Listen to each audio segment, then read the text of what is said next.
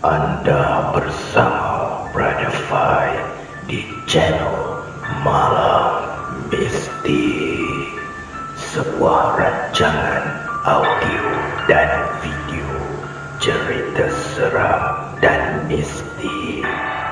Semoga anda semua terhibur.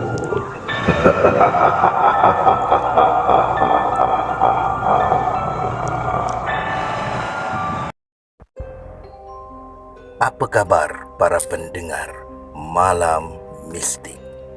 Pada malam ini, Brother Fai akan kongsikan kepada anda kisah yang datangnya daripada Kelvin Lee. Kisah yang bertajuk Budak yang bernama Ai Kai.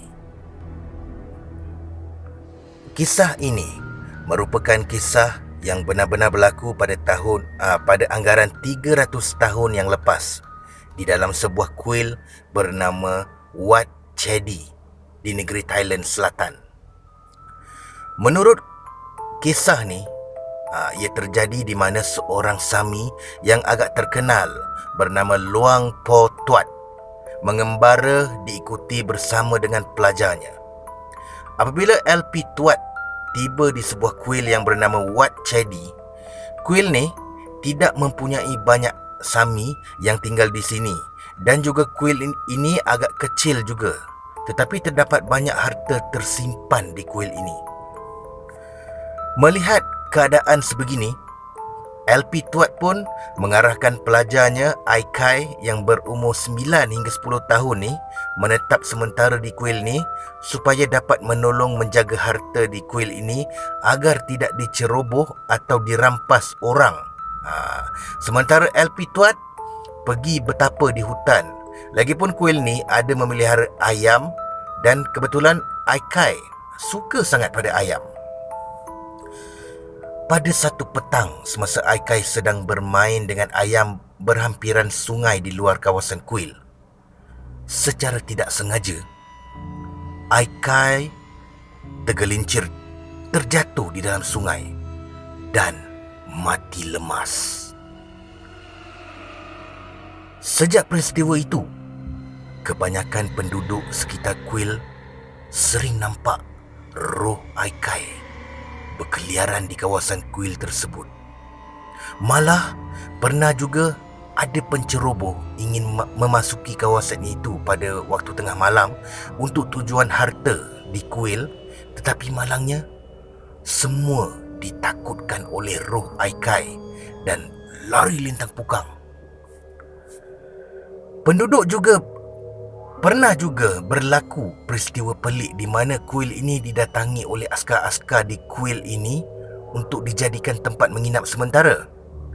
Pada waktu tengah malam, semasa tidur, mereka sering terdengar bunyi senjata mereka macam diusik oleh orang lain, dan kadang-kala terdengar suara budak lelaki membaca mentera di larut malam.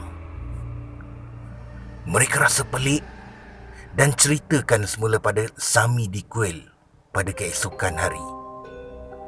Lepas itu, barulah mereka tahu tentang peristiwa yang berlaku sebelum ni. Selepas Sami memberitahu mereka, kebanyakan penduduk juga percaya bahawa roh Ai Kai masih giat menjaga kuil tersebut atas arahan yang disuruh oleh gurunya. Oleh sebab itu, Sami-Sami di kuil Wat Chedi memutuskan untuk membuatkan patung berbentuk seorang budak lelaki daripada ukiran kayu dan disembahyangkan oleh orang ramai yang berkunjung di kuil itu. Mereka percaya Ai Kai dapat membawa tuah dalam masalah kewangan, seperti memberi nombor ramalan, dan juga dapat menolong orang mencari balik barang penting yang kehilangan. Sekian lama berlalu, Wat Chedi mula dikenal orang ramai, dan baru-baru sejak beberapa tahun yang lepas, Wat Chedi ni semakin terkenal dan menjadi salah satu tempat pelancongan di Thailand. Rata-rata banyak pelancong dari Singapura, Malaysia, Taiwan dan China, sebab ada seorang penganut menghadapi masalah kewangan dan meminta berkat dari Ai Kai. Selepas hajatnya tercapai, penganut itu kembali ke Wat Chedi dan buat kerja amal seperti menderma dan mengubah suai kuil tersebut sebagai balas budi, dan perkara ini melibatkan pihak media. Sekarang, Wat Chedi tidaklah seperti dulu. Banyak penganut juga menerima berkat dari Ai Kai. Hampir seluruh kuil ini dihiaskan dengan patung ayam sebab Ai Kai sukakan haiwan ayam.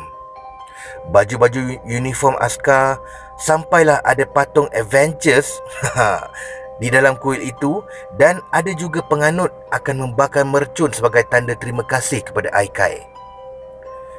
Jikalau anda berpeluang melawat Thailand dan sering kelihatan patung sembahyang berbentuk budak bersama dengan seekor ayam, maka itulah Sami budak Ai Kai yang terkenal di hampir seluruh Thailand.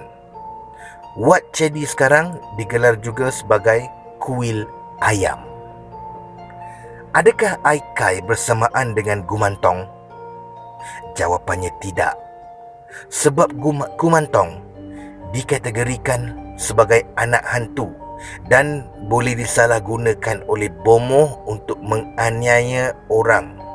Manakala Ai Kai digelar sebagai seorang Sami yang paling muda usianya dan tidak boleh disalahgunakan oleh orang lain dan mempunyai azam yang kuat dalam ajaran Buddhism.